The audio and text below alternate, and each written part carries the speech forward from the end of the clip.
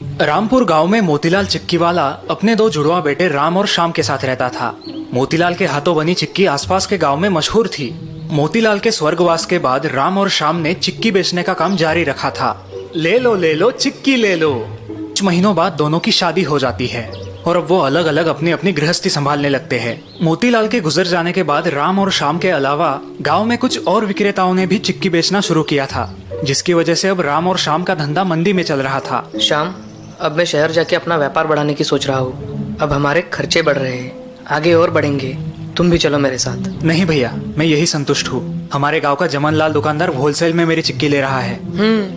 वो लेगा ही, क्योंकि तुम्हारे हाथों में बाबूजी के हाथ का स्वाद है। लेकिन अगर तुम शहर चलो तो बहुत तरक्की कर सकते हो। राम की बात श्याम के दिमाग में नहीं बैठ रही थी। वो अपनी ठीक ठाक चल रही जिंदगी से खुश था। अपने अंदर की क्षमता और हुनर को अनदेखा कर रहा था। भैया, मुझे नहीं शहर जाना। मुझे वहाँ की भीड़ से, वहाँ के लोगों से डर लगता है। यहाँ गांव में सब अपने लगते हैं, सुरक्षित लगता है। देखो, मैं 1 साल से शहर में चिक्की का बिजनेस कर रहा हूँ। अब मेरी वहाँ छोटी सी खुद की दुकान भी है। ये सब गाँव में रह के मुमकिन नहीं होता। लेकिन मैं यही ठीक हूँ। क्या सोच रहे हो जी? मैं मेरे भाई का नुकसान होते हुए नहीं देख सकता, लेकिन मेरी बात वो समझ ही नहीं रहा। मेरे पास इसका हल है, सुनिए।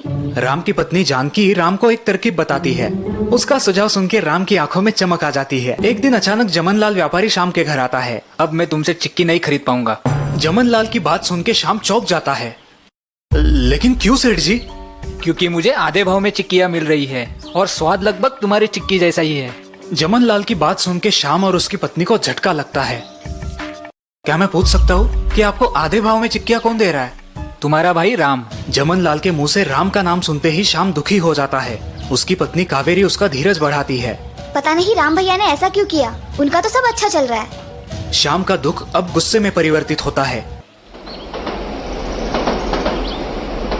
श्याम शहर आता है, एक भाड़े के मकान में रहता है और वहीं से चिक्की बनाने का काम शुरू करता है। चिक्की तो बना ली, अब इसे बेचूं कैसे?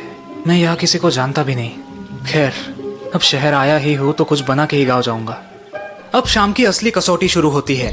चिक्की बेचने के लिए उसे काफी मुश्किलों का सामना करना पड़ता है। वो शहर की छोटी मोटी दुकानों में अपनी चिक्की बेचने की कोशिश करता है। सेठ जी, आप चखे तो देखिए, बहुत बढ़िया चिक्की है। अरे नहीं भाई, यहाँ शहर में सब हेल्थ कॉन्शियस होते हैं। ऐसी घर पर हाथ से बनी चिक्की कोई नहीं खाएगा। कोई भी दुकानदार उसकी चिक्की अपने दुकान में रखने के लिए तैयार नहीं होता। फिर शाम एक स्कूल के बाहर अपना ठेला लगाता है। ले लो बच्चों, चिक्की ले लो, मीठी स्वादिष्ट चिक्की ले लो। तभी फूड इंस्पेक्टर वहां आते हैं और सभी फेरी वालों को वहां से हटा देते हैं। शाम नाराज हो जाता है। शाम अपनी ही सोच में घर पर बैठा है। उसने बनाई ढेर सारी चिक्कियों पर उसकी नजर जाती है। नहीं, मैं हार नहीं मानूंगा। राम भैया को दिखा दूंगा, मैं भी उनसे कम नहीं हूँ। दूसरे दिन शाम शहर की सड़कों पर चिक्की बेचने निकल पड़ता है, लेकिन फिर भी कोई उसकी चिक्की नहीं खरीदता। तभी रास्ते में एक आलीशान गाड़ी शाम के पास आकर रुकती है। गाड़ी में बैठा शख्स शाम से एक चिक्की खरीदता है। उस अमीर आदमी को शाम की चिक्की बेहद पसंद आती है। बहुत बढ़िया चिक्की है। क्या तुम मेरे स्कूल के बच्चों के लिए चिक्की बना सकते हो? रोज कम से कम 100 किलो तो लगेगी। ये लो 25,000, आज से ही काम शुरू करो। दिन गुजरते हैं। शाम की आमदनी अच्छी खासी बढ़ गई है। उसने एक बड़ा सा मकान भी लिया है। घर के बाजू में ही चिक्की बनाने का छोटा सा कारखाना भी डाला है। अब कावेरी भी उसका हाथ बटाने शहर आई है। दोनों बहुत खुश है। भगवान और पिताजी के आशीर्वाद से ही हमें ये सफलता प्राप्त हुई है। लेकिन राम भैया ने दिया हुआ जख्म अभी भी ताजा है। अब मैं उन्हें सबक सिखाऊंगा। एक दिन अचानक राम और जानकी शाम के घर आते हैं। आप यहाँ क्यों आए हो? तुम्हें बधाई देने श्याम, बहुत अच्छी तरक्की की है तुमने। हाँ, आप ही की कृपा है। अब चले जाइए यहाँ से और फिर कभी भी आपका मुंह मत दिखाना। बिल्कुल सही कह रहे हो देवर जी, आप। इनकी ही कृपा से आपने इतनी तरक्की की है। आप कहना क्या चाहती है भाभी? कावेरी, बदलाव किसी को नहीं भाता। हम जो है जैसा है उसी में संतुष्ट रहते हैं और अपनी अंदरूनी प्रतिभा और क्षमता को अनदेखा करते हैं। इसका मतलब आपने जानबूझ के जमनलाल को कम दाम में चिक्कियाँ बेची थी?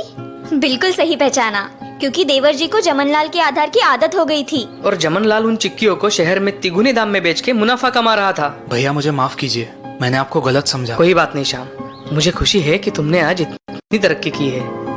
भैया, लेकिन ये जमनलाल को आधे दाम में चिक्की बेचने की कल्पना किसकी थी? ये भी कोई पूछने की बात है? तुम्हारे भाभी की।